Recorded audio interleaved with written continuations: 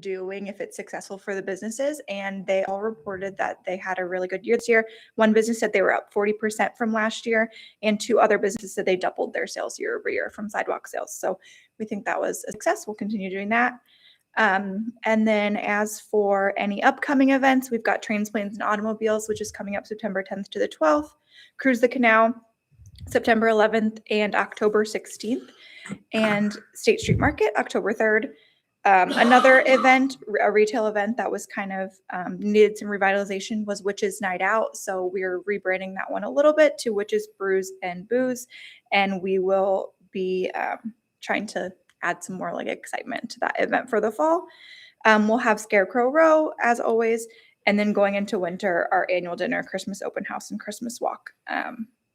So going into that busy season. That's it, unless anybody has any questions. Okay, thank you. All right, thanks. Okay, next on the agenda, item number 5 would be the engineering report. Lauren, welcome. Thank you. Good evening, ladies and gentlemen. Here to report that LOD has the street all poured back and all the driveways. The only thing that they have left to pour is sidewalk on the north end. So hopefully they'll get that poured out here by the end of the week. And then they'll start doing their final cleanup and prep for topsoil and seed. On the sidewalk project, where they did the walkthrough today, there's a few punch list items. So we're going to get the contractor to come back and fix those few punch list items. And then we'll wait for seeding on that. And hopefully the seed will grow and we can close that project out. The Well 33 project, we're finally just awaiting the IEPA permit for Well 33, and then hopefully you guys get that turned on and start producing water for your residents. On to reports and designs. I've been back and forth quite a few times with IDNR with our revised plans, and they're having some issues trying to understand them. So I offered a Teams call to explain them. And finally, I offered a 3D rendering, just trying to get them to, I guess, acknowledge our project. So we sent them a 3D rendering of what the ped bridge would look like with the ADA ramps just here earlier this week. So hopefully they'll get back to me and let me know if they actually understand our drawings now. And then the Ford Road sanitary sewer, that's actually been put out to the contractors. And we'll be opening bids on the 19th of this month. So is there any questions? Or The IDNR never seen a picture of a bridge before? that's what I'm wondering. I mean, Why would they deny it? That's the stupidest thing in the world. they said that they just said they didn't like how our profile line was, but we showed the ramp coming up, coming across the bridge, across the creek, and then the ramp going down. And because, you have to lay that out and it's a station alignment. So on one drawing, we showed, there's a few cracks and stuff we have to have them come back and fix. And I know Nicole sent out the finalized punch list today to Jamie at Centennial. So.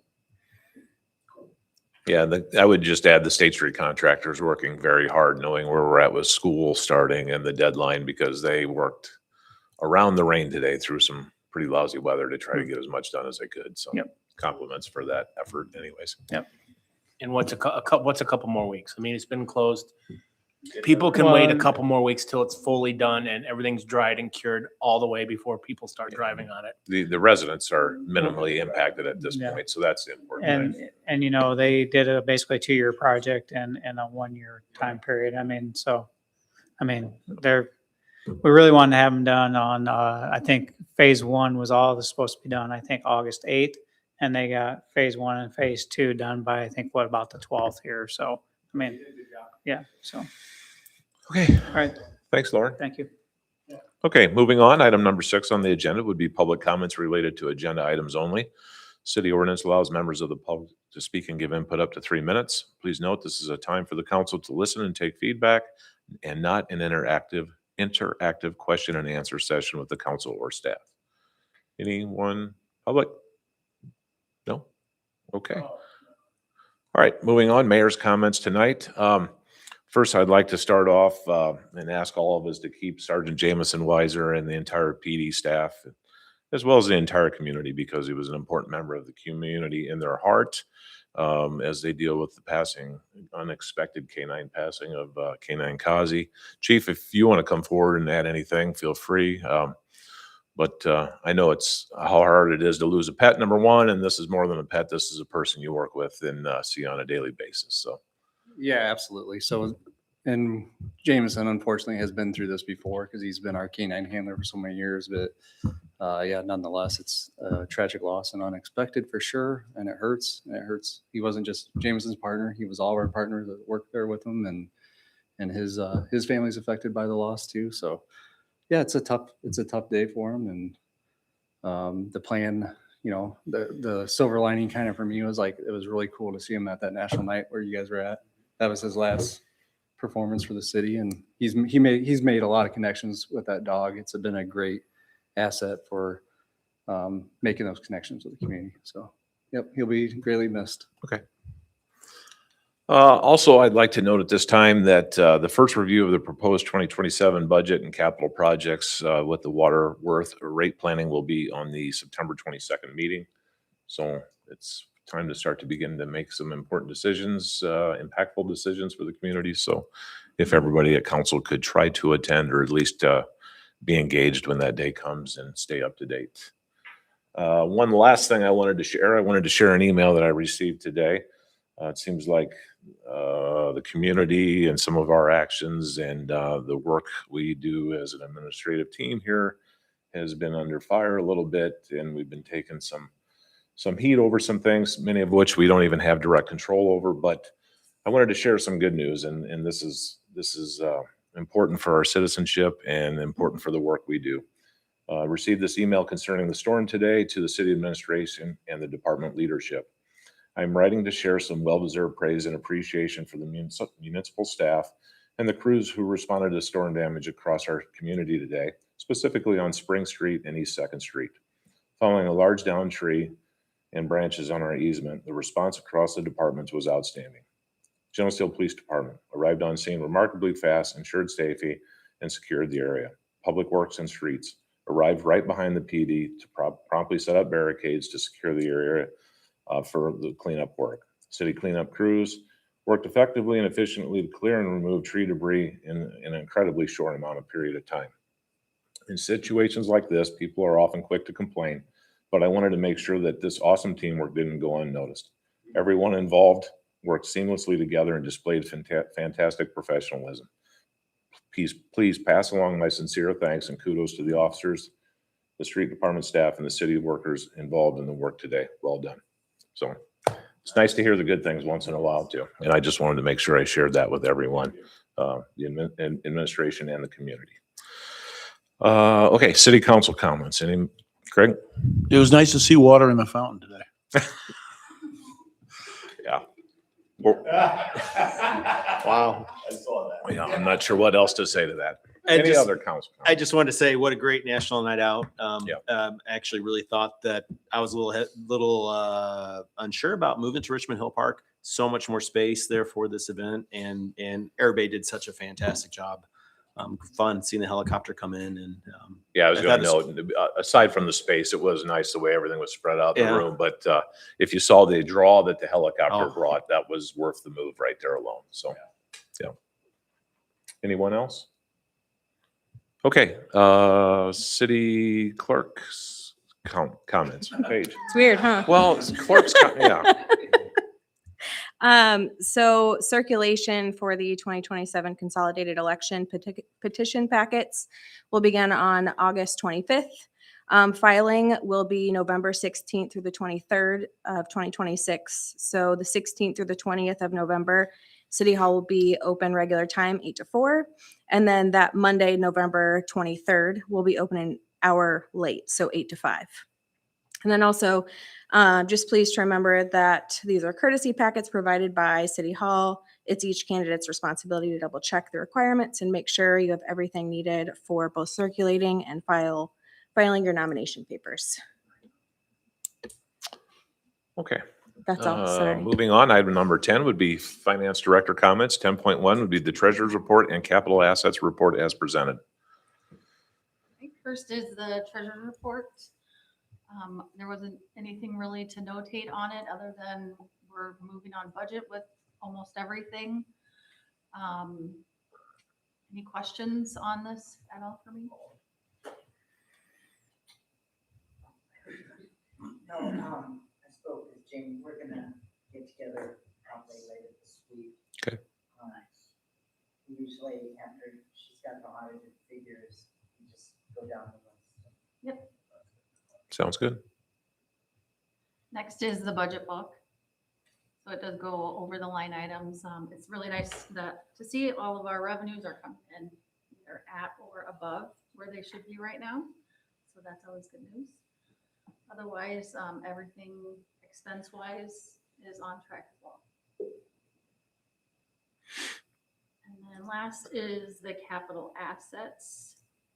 And anything updated is in red. So there's a couple things that are complete. The North State Street, the water portion of that project is complete. And then we're waiting for the North Water Towers final bill for that to come in. The milling is complete. And then we have the State Street Pay app through number 4 that's processed. So that dollar amount has changed there. Otherwise, it's just been little invoices that have come here in and out from those assets. Next is the project status update. The utility office roof should start later this month. We're just waiting for Beckwith to show up and put that in. The power plant tuck pointing will happen late this fall, early winter. Industrial loop is done, culvert court is done, pole replacement should start here the next couple weeks. The poles have been ordered. We're just waiting to wrap up some projects, like the 4160 project that we're waiting to hang a reclosure on. Planning study is still moving forward, still gathering documents and stuff that they need to do that analysis. Wind turbine 1 generator failure, we did receive the insurance check for that. We also received $50,000 lost revenue check for that today. And we'll be looking at that in the next couple council meetings. Wind turbine 2 generator failed. After the staff had changed out the generator speed sensor that was giving us problems, they put the wind turbine back online, started up. Generator breaker closed in, opened back up on a trip. The guys went up and tested it. It looks like the windings are here, shorted out on it. We sent it to Ventus for analysis. We will submit a claim to insurance. Is that the same thing that happened? No. Generator 1, the magnet fell. This is different.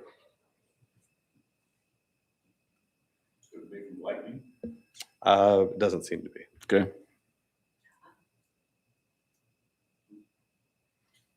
And we'll be looking at both of these together as a project, as far as 2 generators, blade bearings, and moving forward. Yes, very lovely. It'll be cheaper to do both of them at the same time because we'll have the crane here. We don't have to mobilize. Shipping cost is a little bit less. You said you got a $50,000 check for loss of, Yes, it's part of the mechanical breakdown policy that we have. what would you figure the actual loss was for the city because we had to buy? So it would be the energy that we would have to buy, which would be the $150,000 or $130,000 extra that we have to buy from MISO. And that only runs through the end of December.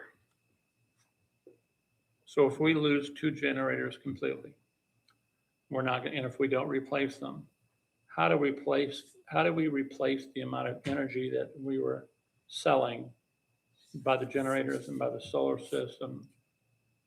I mean, are we looking at possibly increasing rates? So The energy that the wind turbines normally produce, we will have to purchase on the MISO market at day ahead price or real time price. With both of them going down and them being 11 to 12% of our actual usage, it makes a big hit. It changes the whole scenario than just one turbine going down versus both of them going down. So we have to look at that. That's why we're getting the quotes to do both generators, all 6 blade bearings, and moving forward with it and put it into the capital planning for next year. Well, I think most of us appreciate the fact that our rates are lower than other places who have to buy from Mid-American. And we've always felt that we were able to be in a median range for our charging for our electricity. I'm just worried that with 2 of the generators down, that's going to move us out of that median area. And I would like to see what happens. It all depends on what the actual price is on MISO. So you have years that the energy cost is really low, and then some years like this year, energy costs are high.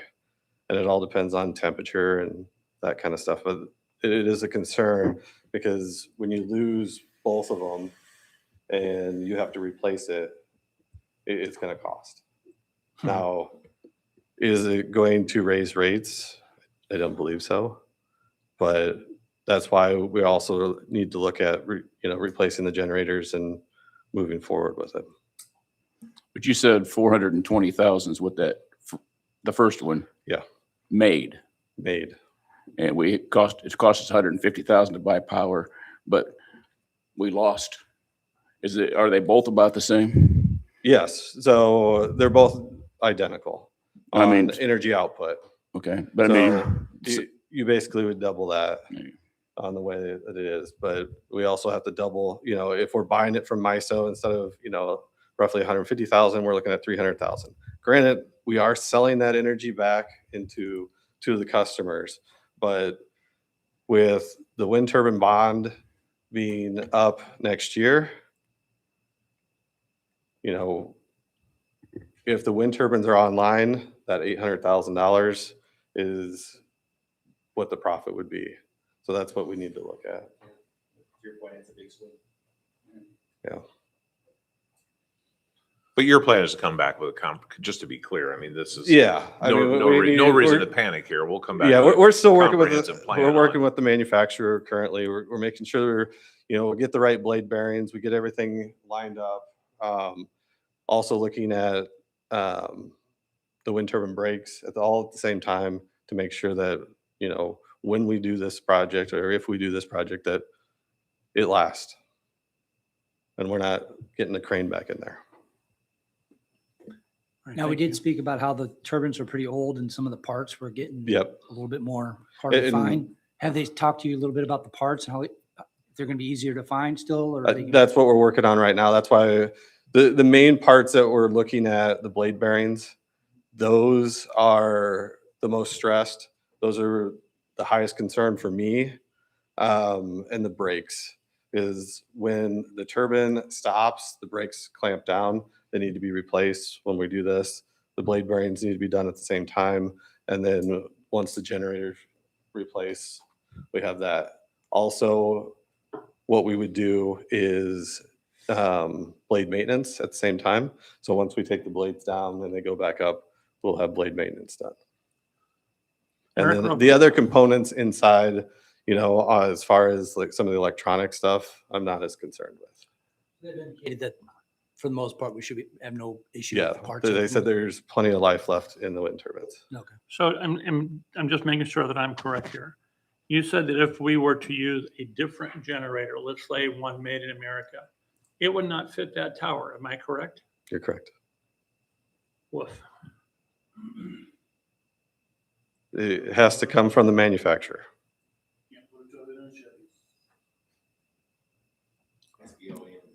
Yeah. The ones we had were German, and they were very good, and they stood behind their product. Fantastic, really. But it's 20 years ago. I'm just worried about the fact that something coming in from Germany takes expeditionally a lot more time than if we were to possibly buy it from the United States. That's why I'm just curious. I'm trying to make sure that I understand what you're saying. But thank you. Any Thanks, other Eric. questions? Eric, over a 20-year period, what did they made quite a bit of money. Yeah, I do have a spreadsheet on what we paid in bond payments and what we got back from revenue from energy produced, and we will share that.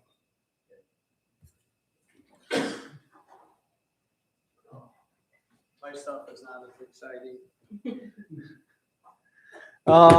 Water. Lauren basically touched on the water tower. We do have one more punch list item they have to come back and fix. It's a couple touch-up painting on the outside the bowl. The Julies have been called in for their retirement of the 4-inch water main on Chicago Street. They're going to start next week on that. And then, like Lauren stated, we're just waiting on everything's been submitted on the paperwork for the EPA. We're just waiting on the actual permit. Lauren basically touched on Ford Road Sanitary Sewer Lift Station project. The installation of the road up in the cemetery. We was hoping to start in the next couple weeks, but with the tree storm today, we'll probably push back a couple weeks on that. Pickleball court resurfacing. They are coming Monday, August 17th to resurface the pickleball courts at Richmond Hill. The concrete patchwork or the HMA work on the railroad tracks on Chicago Street, they are supposed to come this week. I have been in contact with them and they have not given me exact date yet. And our street sweeper, we was told, is now going to be delivered on August 24th. Lauren touched base on North State Street and also the Chicago Street sidewalk. I believe there was 9 punch list items, I think, when we walked it yesterday that we had for the contractor to finish. And does anyone have any questions on our stuff? Good. With the retirement of the 4-inch sewer, you have to Water main. water main, you have Yeah, to dig it so- up or just shut it up? Yeah, plug it? we're gonna start Monday. We gotta dig up and confirm some valve locations. And then once we have those valve locations, our maps are not perfectly accurate, so we want to confirm all the mapping and make sure the valves are right that we shut off. And once we shut it down, we're anticipating like 15 homes that will have to have a boil order because of us shutting off the main, but that's how we'll have to confirm that that water main is off. And then when we know what homes are affected, then we'll have to dig up each service and set a new curb stop for them and shoot a new service line across the road. So we want to get this done for this year for sure because of the Ford Road improvement and all that stuff that's going to be happening in that area. We tentatively plan on re-overlaying Chicago Street next year, so we want to make sure we got the holes so when we can fix them for next year. Thanks, John. Yep. Pretty much the same. Squad cars are still pending delivery. They're made, but now we have to wait till they get upfitted. Interstate Fence has said they plan on starting the fence for the range gate sometime here coming up soon, with the goal being done here by the end of this month. Flock has been working with IDOT, so all that, I don't know, I expect in the next couple of weeks we'll start seeing some movement there on 82.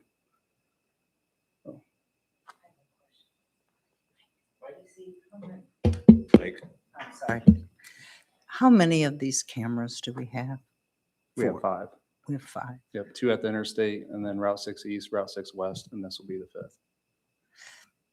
So there's been some feedback or whatever from a few people in town that don't like them and have made comments to me. I don't know how we can, make them ease their minds or whatever. The reason why we're putting them up. Yeah. I don't know if Yeah. there's anything we can do. No, I mean, hear you. I hear you. I mean, for us, I mean, for most of the people in our line of work, it is a valuable crime fighting tool. Well, I mean, we have like yeah, I understand that. And real then, life experience with them where they've helped us out. right, and I understand the benefit. I Yeah. do. But then I guess I don't know, they feel it's an invasion. They don't want them in town and that kind of thing. Personally, I would be glad to know who is coming and going out of town. You know what I'm saying? Which is why we put them up. Yeah, definitely not why. I mean, we definitely don't do that. That would be not something we're looking for. So, but when somebody comes into town and say, for example, on our attempted homicide, Right. they give you a description of that car. And even though they might not know the license plate, they're like it's a Florida plate. Yeah, that gives us an opportunity to get in there and figure it out. Yeah, I don't know if there's any kind of communication, you know what I mean, further that we could do with the public or whatever. Do you know what I'm trying to say? Yeah, I'll talk to Chief. There's a large misunderstanding about, That's what I'm saying. state of Illinois has a number of statutes in place designed to protect what happens with the information. So for example, the lowest hanging fruit, they're not allowed to take audio. That's eavesdropping. Illinois is a two-party state, so you're not allowed to do that. Second, Illinois is a expectation of privacy state. You know, walking down the street, your expectations of privacy are low. That's not to diminish the concern. The concern is what's called the mosaic theory of an unreasonable search, which is, it was not new. This was, the mosaic theory was announced by an appellate court, I think more than 8 years ago, in a case where they were able to track the person who committed the crime for over 7 hours of the day by assembling Ring doorstop videos, government cameras, cameras in the 7-Eleven. They were able to track and show the person committed the crime by tracking through a variety of public and private cameras. And then the police department got access to them. And the question became, is that an unreasonable search in America? So the mosaic question has been around for a while, and there are safeguards built around it. Flock cameras are getting a lot of heat because Texas breached its agreement with Flock and violated Illinois law by taking some data that they had legitimate access to because a community in Illinois violated Illinois statute and gave them the access. And so the issue there was they were tracking a woman who had crossed state lines for reproductive health reasons, and that's illegal in Illinois to share that information for that reason. That is not illegal in Illinois. So there are valid, legitimate concerns about how it's used. Axion, who is our body camera provider, is now getting into the market, and they have a different protocol.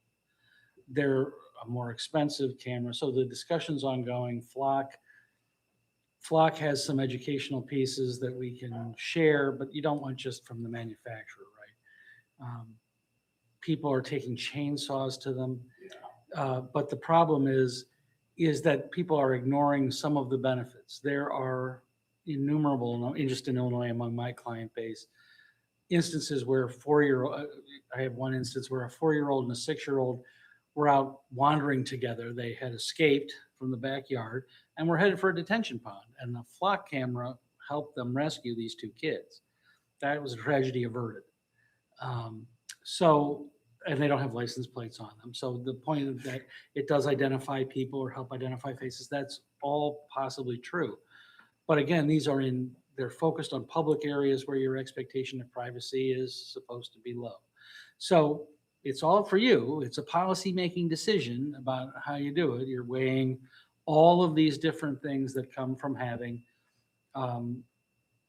video available to law enforcement. But I would say that in a world where if you go to Costco or to Best Buy or even to Walmart, you have 6 or 7 different choices of doorbell camera. The idea that we alone in the public sector are doing the video surveillance, that's just not true. Video surveillance is everywhere. You should expect that. And the question becomes how government uses it. And there are Fourth Amendment safeguards built around it. We can put together some sort of Fourth Amendment education piece chief will, their resources, the Chiefs Association, I think, has some resources. And so we'll try and cobble that together for you. I've just been getting some feedback or concerns from different Understand, individuals. it's Which not I alone, it's understand. everywhere. Yeah. It's, the concern is everywhere for the reason, but again, this is, the same goes with tools that are at the police disposal, like a Right. drone, right? There are laws around what we can do with a drone surveillance. You can't just put a camera in the air for no reason. So, anyway, we, Okay. yeah. Did anybody else have anything? So Axiom is, Well, Could- we're doing a flock right now. I don't know if Axon's No. contacted you at all about. No, because we're more Motorola Solutions for our body cams. Oh. One of the concerns, and I appreciate your response, is not that about local community, it is that other agencies can contact Flock at a national level and bypass all of our protocols and everything and say, well, I want, for ICE, for example. So is that a real concern that we don't have control over the data locally, that someone else from some other actor can basically get access to our local data without our knowledge? Illinois has statutes that prohibit that from happening, but there was unfortunately, a rogue police officer who doesn't believe in those limits down in Southern Illinois who gave Texas access and granted them access. So if you have bad actors, there's. I guess it bypassing local people, just that the government can come in and say, well, I want access to Geneseo because I'm looking for someone, and Casey doesn't even know that this is happening. I don't It's- believe they can. And I think that may be a misconception. Illinois statute prohibits that. It's Okay. gotta be, it's gotta be authorized. I mean, I'm just saying, if we're writing up something, I think that's one of the things I've heard about. You've It's heard people nothing talk about about it. local control. It is Gotcha. someone else is accessing that data. and we Yeah, have there are no also control. rumors that Flock is selling data to people. That's also not true. The one concern that is true is the sharing with states that want to track people. I mean, Texas uses unfortunate language. They talk about hunting women seeking reproductive health. That was the word of the Attorney General, hunting transgender people and hunting women seeking reproductive health. That's a terrible verb. I think you should focus your outrage on that, but it doesn't get focused there. It gets focused on the fact that they were somehow able to convince a Southern Illinois law enforcement official to give them access to license plate reader to see and track the woman seeking reproductive health, to hunt her. And that's illegal in Illinois, and that person paid a price for doing so. Charged with a crime, lost their sworn officer status. So there are safeguards, but like anything, if people are determined to be a bad actor,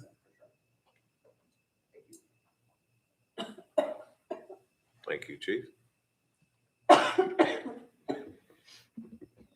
All right, so for, the only thing I have for an update for the admin portion is we are diligently pushing Corn Crib to get out here and complete their work.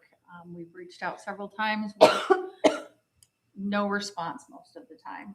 But just so that you know that we are pushing them to get out here and finish as quickly as possible. And we have let them know of our displeased of their abilities for doing the project.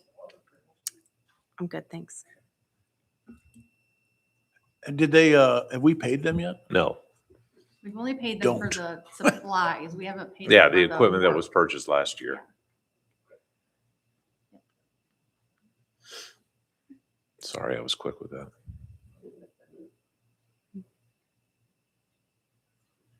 Motion to approve the treasurer's report and capital asset reports as submitted. Motion by Arnold, second by Samosky. Roll call.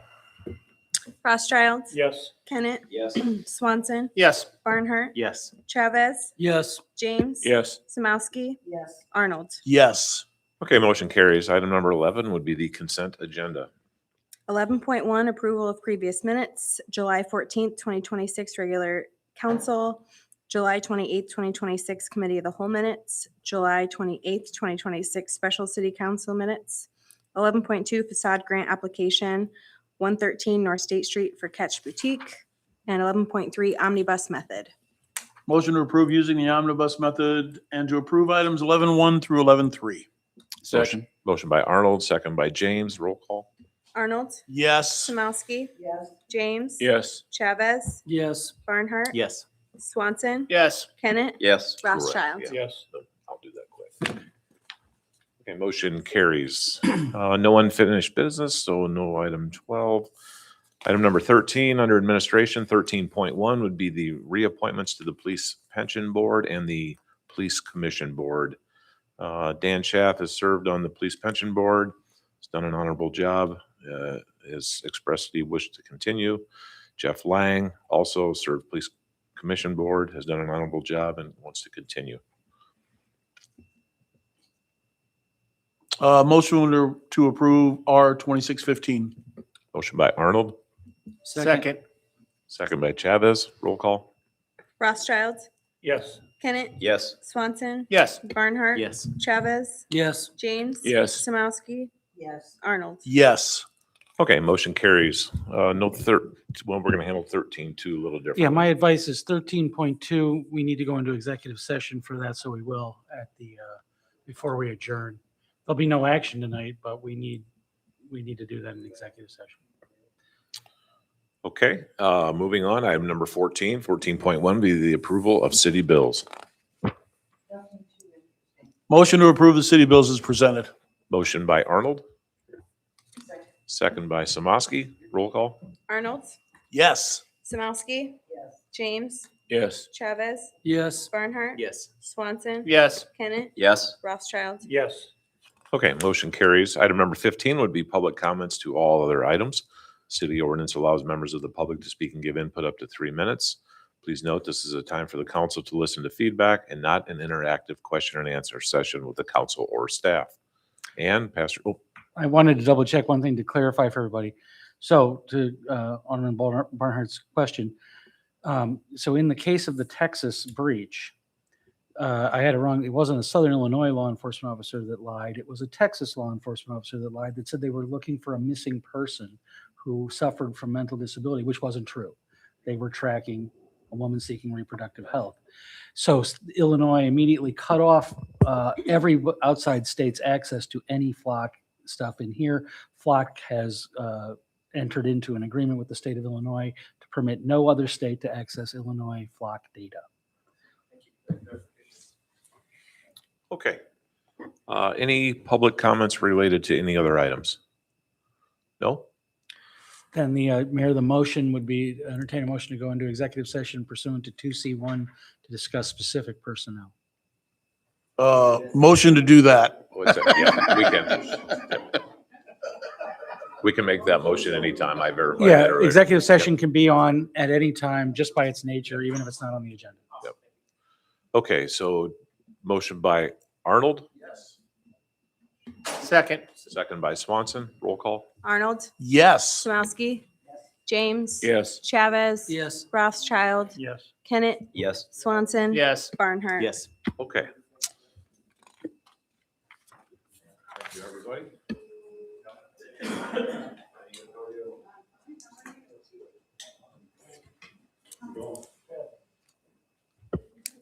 Dirk, your mic, please.